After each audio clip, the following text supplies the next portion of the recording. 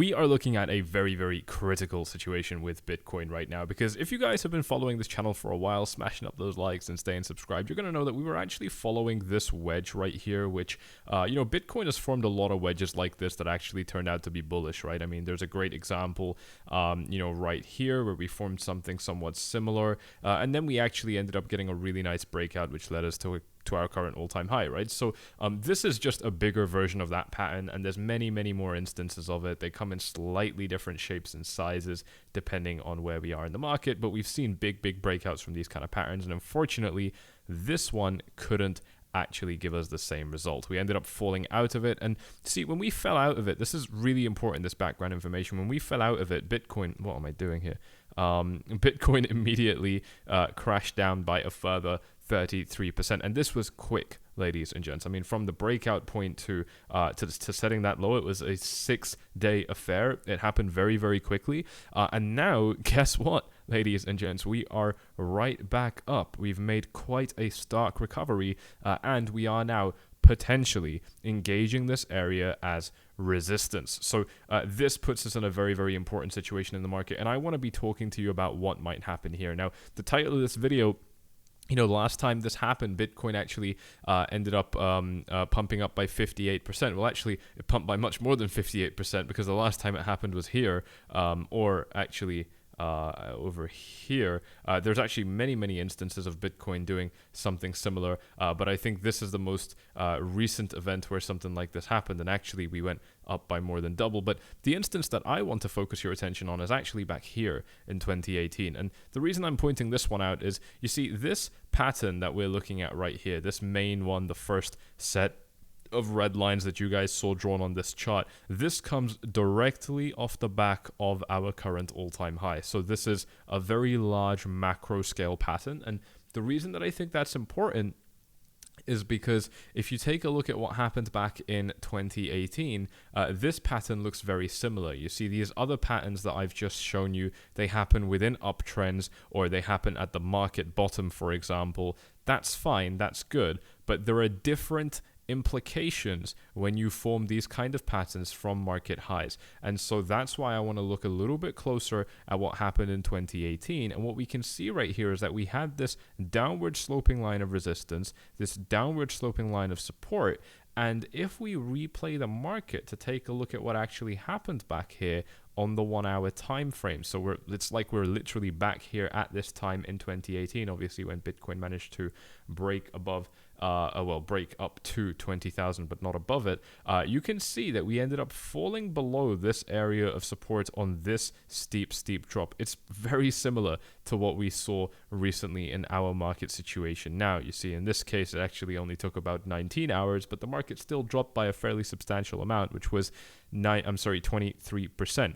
Whereas right now, we were looking at a 33% drop in 6 days. So obviously things have gotten slower, but also potentially a little bit more intense. And this makes sense, especially the note about it getting slower. The market is maturing, and that's just naturally going to happen.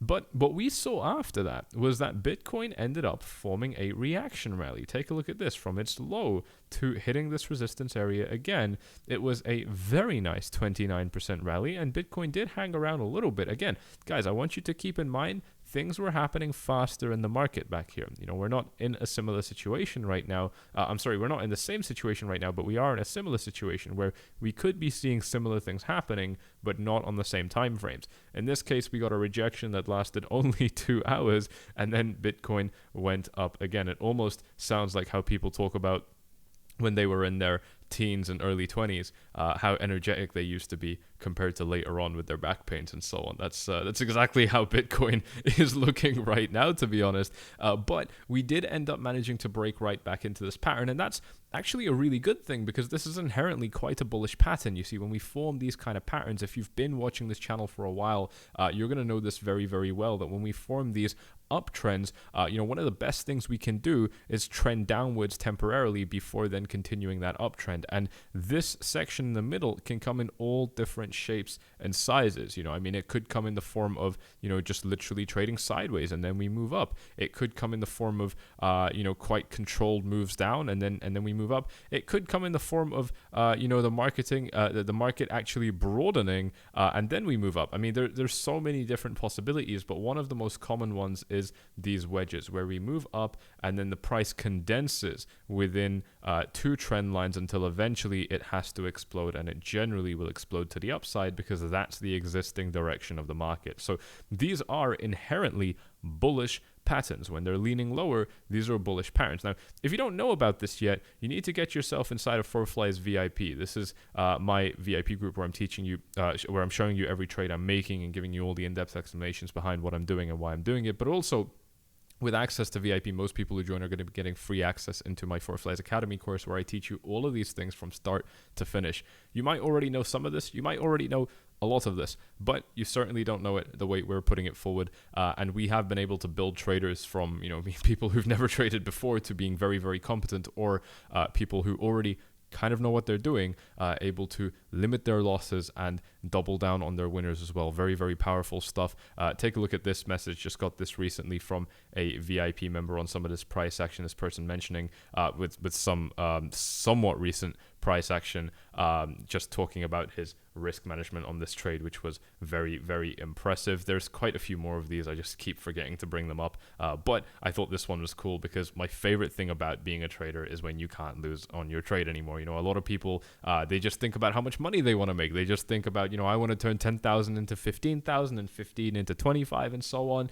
I get it. I understand where that energy is coming from, but that's not the kind of thinking that's going to help you. The real thinking that's actually going to serve you is thinking about, how can I limit my risk? How can I be risk-free in my trades? How can I take profits on my trades? It's the sensible, boring stuff that works, that is true, but you might just be trying to avoid it. Well, avoid it no more, my friend. Here we are. Jump inside and I will show you what this looks like in these markets. But moving us back to, and by the way, you already know the deal. First link, and just follow these red boxes on screen. It's very, very straightforward to ask me how to join, and we'll get you inside within an hour.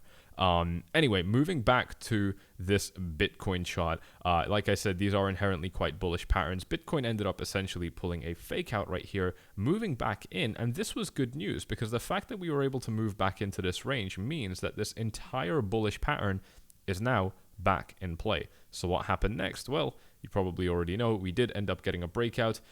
Unfortunately, it was a short-lived breakout. It didn't end up lasting. The high that we hit was right here. We hit the high again right here, but then we ended up tumbling lower, and we never actually saw that price level again until the very next year. So it was actually quite a rough time for Bitcoin indeed. But if we take a look back at this chart, I don't know why I changed charts right here, and take a look at what's going on now. And by the way, I think this is important because, we can get a bullish breakout from these kind of patterns, but it doesn't mean that it's going to give us the major amazing targets that we want. I think that's really, really important to keep in mind. One of the hallmark features of a bear market is that we're going to produce bullish patterns and then we're not going to do anything with them. And in this case, it's harsh to say that we didn't do anything with them. Obviously we did. From the support level to the high, we pumped up by 56%, right? So obviously we did something, but it's not, you would expect that if you manage to, pump up from something like this, that actually you're probably going to rally really high, maybe set a new all-time high at ridiculous levels like $40,000, right? So that's the kind of expectation. Obviously it didn't happen, but I think right now, if something like this did happen, and from this point Bitcoin was able to pump up by 58%, where would that put us? That puts us at about $37,000. I don't think we would be upset with that. It's a nice area. There is some reason to believe that we might find resistance. Take a look at all the confluence in this area, just all the areas of support and resistance that the market was finding throughout its last 2 years of trading. I think that obviously this could be quite an important level in the market. But before we even get there, let's just take a look at this situation specifically now, because we are seeing some nice interactions with this level. Now, before I talk about the good stuff, I want to just stay on I just want to move on to one of the bad notes here, is this Ichimoku cloud. Obviously, this is quite a substantial area of resistance. Now, I've said many times before that as long as we can break into this cloud, anything in this cloud is fair game. We can go all the way to the top, as far as I'm concerned. And so what these clouds represent more so to me is just big warning signs that the market might top out in this range. And generally it's going to be the very bottom or the very top of these clouds that act as resistance. But it doesn't have to be. Sometimes we get rejected just at random points in the cloud. These are big clouds. They cover very, very large ranges. So you can't be very precise with your analysis when you use these kind of clouds. But they're quite useful, especially when they line up with existing areas of resistance. That's telling us, again, that we have confluence here. There are multiple signs showing us that things could be bad in this market. Take a look at the daily EMA ribbon. Fortunately, we don't have the same bad signs right here. It actually looks like it's pretty much neutral or getting neutral as well. Switch it over to the weekly time frame though, and there is still some concern here. We could absolutely move up into this range. It looks very much like that's what Bitcoin wants to do, but there's a lot of resistance ready for Bitcoin to be to capture in this range. In fact, if I draw a circle right here and then show you where our daily Ichimoku cloud puts us, look at that. It's right at the top of our daily Ichimoku cloud. Our weekly EMA ribbon lines up as resistance with our daily Ichimoku cloud. By the way, I'm going to switch my camera now. Let me know what you think about this. I'm using 2 different cameras for this video, and I want you to let me know in the comments which one you prefer. Do you prefer camera 1, which was this, or camera 2, which is this? Let me know. I would really, really appreciate that. I'm going to stick with this one just for the rest of the video, nice and zoomed in. Here we go. And what I think is very, very important to focus on just in this situation in the market now is, if we do end up breaking up into this range, what that might look like. Before we get there, let's turn off these indicators and just talk about the possibility of Bitcoin getting there in the first place. So let's bring this chart back up into a way where we can view it a little bit easier. And from our low to our current high, we've already moved up by 40%. We've done that in 42 days. If we had a low chance of breaking this area, now this is the thing, guys. A lot of people, they ask me like, Sammy, where do you think Bitcoin is going to go? My friend said Bitcoin is going to go to 17K. What do you think? And look, I understand where these questions are coming from, but any real competent trader, I'm going to level with you guys right now. I'm being super honest with you guys. Any real competent trader in this market is not going to make claims like Bitcoin is going to 17K or Bitcoin is going to 30. It's not how you should be speaking in this market. It's just not sensible. It's not responsible. In my view, and I'm very, very passionate about this. I mean, it'd be hard pressed for someone to change my opinion on this. In my view, trading and analysis is only all about probabilities. So, I'm interested in talking like, there is a high chance of Bitcoin going to 17K or a low chance of Bitcoin breaking this resistance, for example. These are very, very important distinctions, and it's not just because you would be more technically correct, but it's also because that kind of language humbles you, ladies and gents. The thing about trading is, you're going to have so many different thoughts flying around your head in all sorts of different directions at all sorts of speeds, and all of that needs to be confined and brought down into one trade. If there's an element of too much confidence or a little bit too much ego or just otherwise, I want to say like just lack of financial discipline, I don't know what the right word is, lack of trading discipline in terms of how you speak, well, that's going to shine through in how you trade. Ladies and gents, I know that these are things that you don't want to think about. I know that these are realities that, they're a little bit uncomfortable and it means that you got to work a little bit more, but fuck me, guys. You're traders. You know what I mean? Like, you're already in the shortcut of money. If I'm asking you to now put in a little bit of work and you don't like that idea, it's not for you. It's just not for you. If you don't feel like you have the time for this kind of thing, if you don't feel like you have the mental capacity for this kind of thing, well, you know what? Your competition fucking does. Your competition does have the time and the mental capacity to think about these things, and they will take your money. So do with that what you will. Like I said, if you want to see how the other side operates, if you want to jump inside of 𝗪𝗪𝗡s VIP, then this is it with these steps on screen. But I do want to move back to this chart right here. Like I said, I do think that we have a decent probability of moving up beyond this area. But if we didn't have a decent probability of moving beyond this area, one of the things that I would want to that I would expect is that things like our fear and greed index read at very high levels. Now, currently we're still in fear. We're relatively high up in fear. We're in the 30s now, but we are still in fear. If we had a low chance of breaking above this area of resistance, well, then I would expect that our fear and greed index would be a little bit more bullish, that people generally in this market would be a little bit more bullish. But I'm hearing a lot of cries, excessive cries, for Bitcoin to drop back down. And you know what? This pattern in itself, I don't really like it. I can't really make sense of it. I'll be honest with you guys. I don't really understand what Bitcoin is trying to do. It almost looks a little bit like a parabola. Like, is this just going to get more and more intense? It's not, you can't really draw a parallel channel. I mean, you kind of can actually. Yeah, this works. This is quite a bearish pattern. Yeah, actually, my bad. I stand corrected. Yeah, you can. This does work. Shit, my bad. Yeah, this does look very, very good indeed. Well, what I was going to say is that this pattern that this market is in right now doesn't seem to be conforming to anything in particular. It certainly doesn't look like it, right? If you draw trend lines like this, then we've already peaked above it. See, we need to draw new trend lines now. But somehow it works. Well, it doesn't really work because you got to discount these wicks. Anyway, we don't need to get down to these very, very minute technical details. They're not really important. The main thing that I want to talk about is what this market would look like if we were indeed going to be topping out here and then trending much lower. And I think that one of the big hallmark signs of something like that is that many people would be extremely bullish right now. And I'm just not seeing that. The fear and greed index is not showing me that. What I'm seeing on Twitter, what I'm seeing in comment sections, what I'm seeing around the space when I talk to people is not a situation where everybody is on board with this rolling steam train that's just plowing through resistance levels. I just don't get that vibe right now.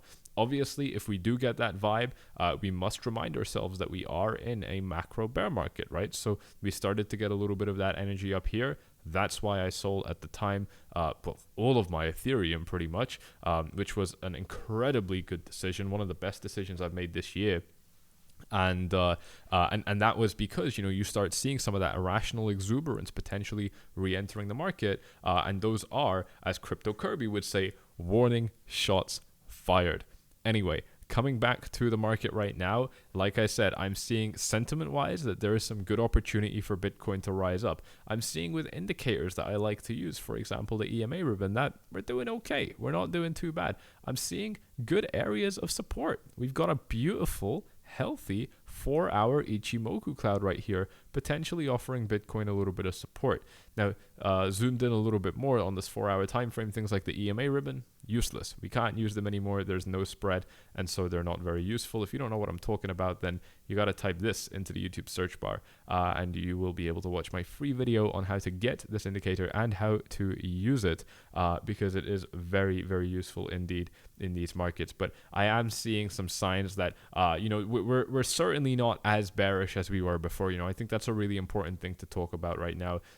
Like I said, the EMA ribbon is one of the best examples of this, because where before we would rise into this area and get our rejections, the next time we did that, we did get a rejection, but we instantly came back up, and now we're just chilling, really. I mean, it's starting to cross a little bit more neutral. Look, these are signs that whatever bearish grip the market had is weakening. It's not really there. That grip is opening up a little bit, and that opens up the opportunity for the market to rise up. And the thing that I really want you guys to keep in mind, I hope you haven't forgotten, but I think some people would have forgotten by now, is that the facts of this market still haven't changed. The fact that we've done basically nothing nice for the past 17 days doesn't change the fact that above this green box, there is no resistance for Bitcoin as far as I'm concerned, and many other traders alike as well. I think that's really important, because if you're able to consider that, well, then it's a lot easier to assume that these were just fake outs, and if we're going for attempt number 3, you know what I mean? Like, I just don't think that we're going to get 3 fake outs in a row, and we're still doing fairly well. Even on this drop right here, everyone and their nan became very bearish. I mean, I don't understand this, guys. It wasn't really that much of a drop. Honestly, the price action wasn't that bad. We fell out of this range by what, 1.6%? I mean, it's barely anything. It's really not too substantial at all, but everybody became so bearish, and all we did was we came down to this area of support, an area of support that we already knew about on this YouTube channel. Smash up those likes if you've been watching us consistently right here. Now, on that note, there's one more area that I think is very important. I was already talking about it as well. It is this $21,700 area of support. This area acted as quite strong resistance for Bitcoin when we initially fell below the 20K range, and so I think that because this area was a significant area of resistance, that it could continue to be used, and in this case as a significant area of support. We don't have much confluence here. It's not like the actually we do have the Ichimoku cloud here, but not for long. It's the support here ends tomorrow, early hours tomorrow. So I mean, it's only about like what, 12 hours away. Until we can use this support, and if we fall down after this, that would be an indication that we're running out of that bullish momentum. So I think that's really important to keep in mind, but still an important level. The thing is because we had these areas of resistance and now we're above them, we have areas of support. And so while everybody wants to start panicking and getting really, really worried about what might happen in the market, I just want to stay focused on the facts, ladies and gents. That's all I want to do. I just want to remind myself of the reality is at play in this market, and what they mean, the implications that they hold, and so on. And to me, I can't subscribe to these doom and gloom theories. I mean, I'll talk about them. I'll tell you what I think about them. That's why I make videos on these kind of things. That's why the last video about China-US tensions, for example, was an important one. And many of you guys liked it, by the way. So thank you for that feedback. But at the same time, the facts are the facts. And, what I'm seeing right here is no resistance in this range between 24 and 28. I'm seeing a fake out here, a fake out here. I'm seeing that 3 fake outs in a row do not make sense to me. And we are still holding a key level. We're basically in an area of resistance, and we're not getting rocked back down. I mean, you tell me what that means, ladies and gents, because I've got a fairly traditional background in terms of how I learned how to analyze these markets. And you know what? A lot of that traditional background as a trader and analyst, to me, just means common sense. Other people tend to complicate these things because they don't understand the fundamentals of they don't understand the fundamentals of technical analysis, and obviously then you're gonna pile on a bunch of other shit because you think that the real stuff doesn't work. Obviously it works. You just need to be good at it. It's a brutal reality, but welcome to trading. We're not here to hold fucking hands and sniff flowers because they smell nice. Like, no, this is a difficult game, and you need good base level skills. I think that's really, really important, and that's why we take the approach that we take inside of 𝗲𝗏𝗡𝗏's VIP and the 𝗲𝗏𝗏's Academy. Now, you guys know the deal. This market is very, very hot. There's a lot of opportunities flying around everywhere. Bybit is the place to be if you want to take advantage of it. Now, obviously, I'm a trader. I've been a full-time trader for many, many years. At least in my books, it's been many, many years. It's been just over 5 years now. I'm pretty happy with it. And most of my time as a trader, including up to right now, I have been exclusively trading on Bybit. So if you want to use the same platform that I feel is perfect for me, you are going to be getting over $4,000 simply for checking out my link in the description down below and getting yourself on Bybit. I want to show you very quickly just how easy this is. So what I'm going to do is type my YouTube channel in, bring us on to my channel, and I just want to show you where this link is right here. If you take a look at this right here, it's this Bybit link right here. Get over $4,000 by signing up to the main exchange that I trust with my trading activities. It's going to take you onto this page right here where I've got a 2.5 minute video showing you how to claim your bonuses. 2.5 minutes to show you how to get over $4,000. It really doesn't take much time at all. There's a lot of great benefits here, and there are some cool bonuses that you could be getting as well. I'm not going to talk too much about them, but these are products that I think are very, very useful, and you can see all the information for it by visiting this link in the description.